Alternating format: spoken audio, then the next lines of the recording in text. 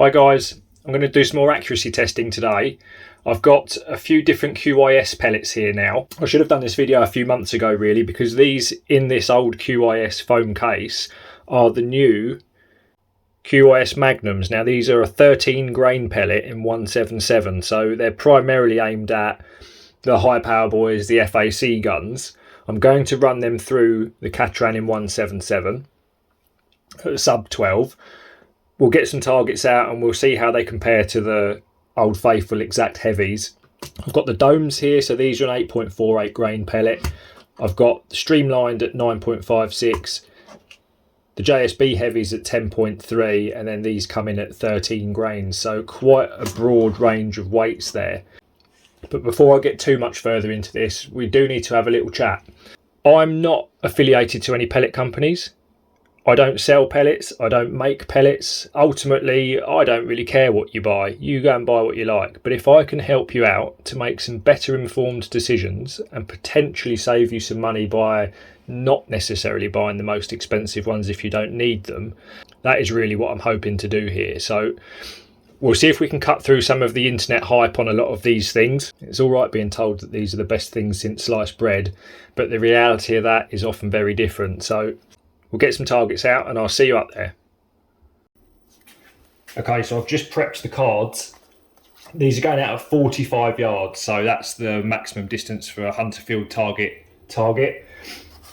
I've drawn a crosshair on here. The rifle, the katran, is zeroed at 25 yards, and I will be offering up my aim point to this crosshair here, effectively giving holdover. The actual pellets will strike somewhere down here, somewhere near the bull on the target. Don't forget, I'm only shooting groups, so I'm not making any allowances for the wind drift. I'm not aiming off. All I'm doing is simply trying to keep my crosshairs aligned with this as best I can, and then we can monitor where the pellets drop relative to each other. We should see that the 8.4 grain domed pellets will be slightly higher up. They should have less drop at range compared to the magnums, and the heavies and the streamlines should be somewhere in between. Right, same format as before. We do a dozen shots through the single shot loader. The magazine is out for this testing. I've got the scope focused at 45 yards and it's set on 10 mag. I've also got the GoPro out today. The GoPro's down at the end, at the target end, so hopefully we don't get any mad pellets like them Patriots and we end up shooting the goey up.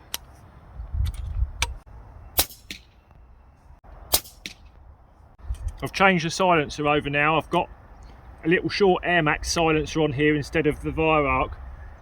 It's currently got no baffles in it. I'm making up some new ones. I'm testing out some of my own design baffles, but at the moment it's completely empty. So it's got a slightly different sound compared to what it had before. That wind has picked up a fair bit, but it seems to be coming almost straight towards me at the moment.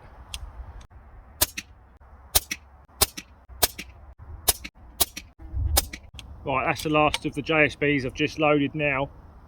We've got an acceptable group considering the wind and everything else. I'm quite happy with where they're landing, nothing untoward. So, and then we'll switch over to the streamlines in a second. Sorry, the domes. Right, that's the JSBs done. I've got a nice little group there. I've got the footage of those on the GoPro, so I'll probably pop that up now.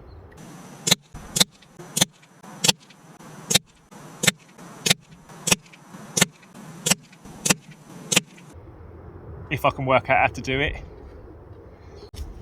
So we've got the QYS domed here, so these are an 8.48 grain pellet, so these are slightly lighter than the JSBs.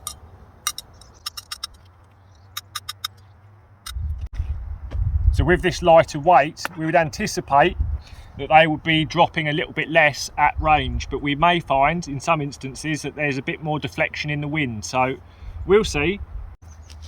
Right, QYS domes. I'm going to get a dozen of those down the range now and we'll see how they go.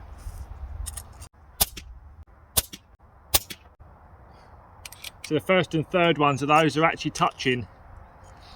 The position of the group relative to the group of the JSBs is in a slightly different position, as you would expect, given the weight, and the pellets are a completely different pellet. So far these are looking pretty good. There's a little bit more spread on these than the JSBs, but not an obvious amount through the scope as yet. We'll see in a minute when we get down and have a look.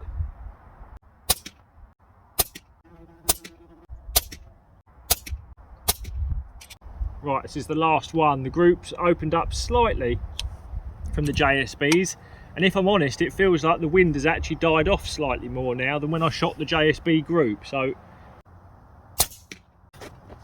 right, I'll take you straight down. We'll swap them cards over while we're down there.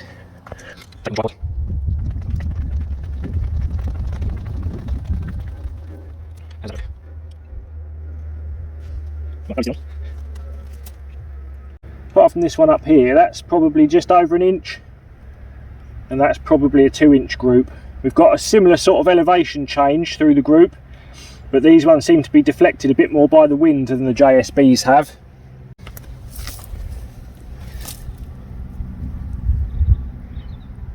There's your JSB heavy, 45 yards in a fairly stiff breeze as it is now.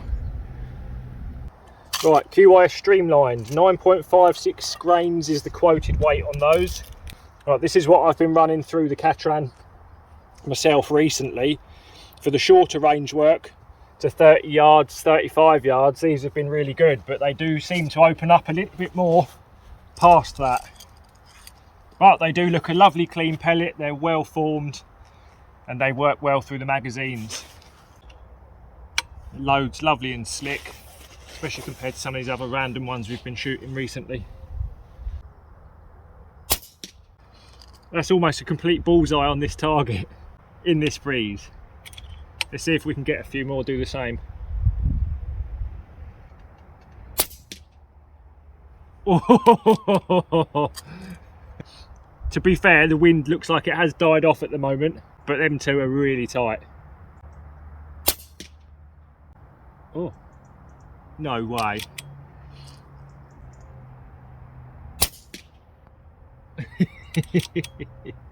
Well, maybe I can push these out a bit further then. This is a bit mental.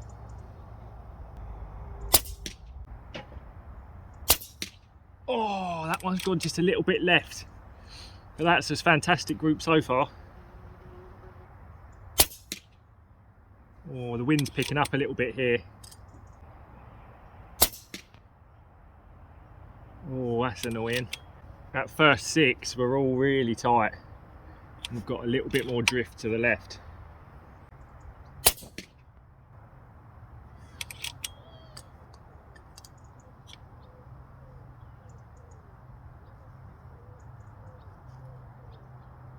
Oh no.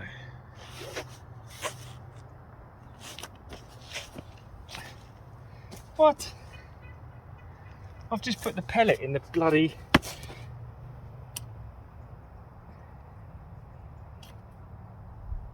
Well, I've never done that before. Just fed the pellet into there. Must be careful of that. Right, she looks alright though.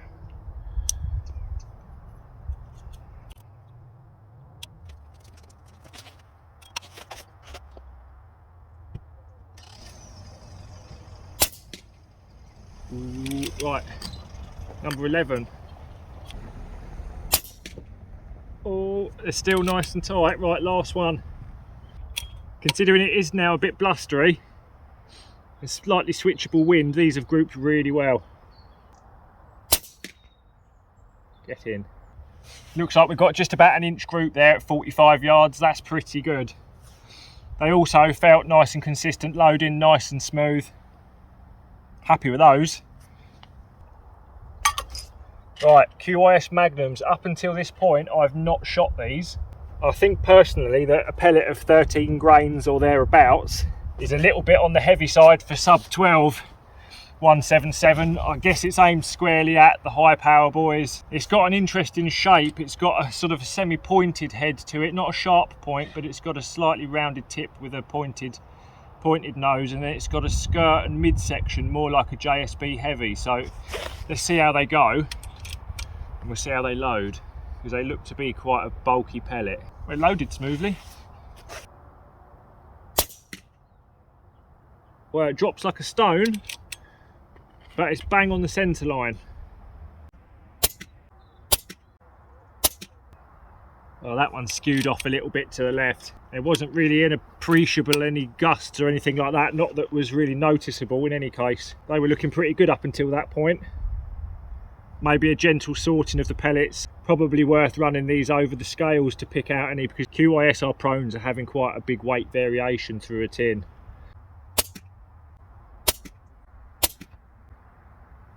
There's a slightly noticeable increase in sight picture movement using these heavy pellets. Still pretty acceptable group though. Yeah, it's a lot harder to watch these in flight. There's quite a lot more movement of the sight picture. However, they are grouping better than I anticipated they would do, especially with that pointed tip on them.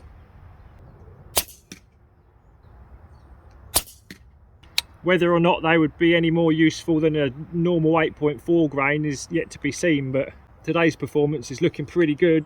Certainly better than I was anticipating.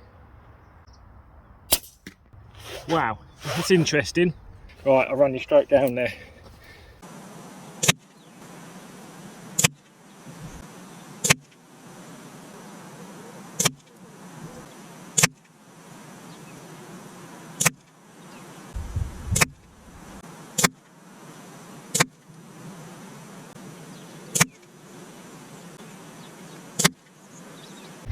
It's quite interesting because the group shape is entirely different on the magnums to the streamlines and all of the lighter pellets.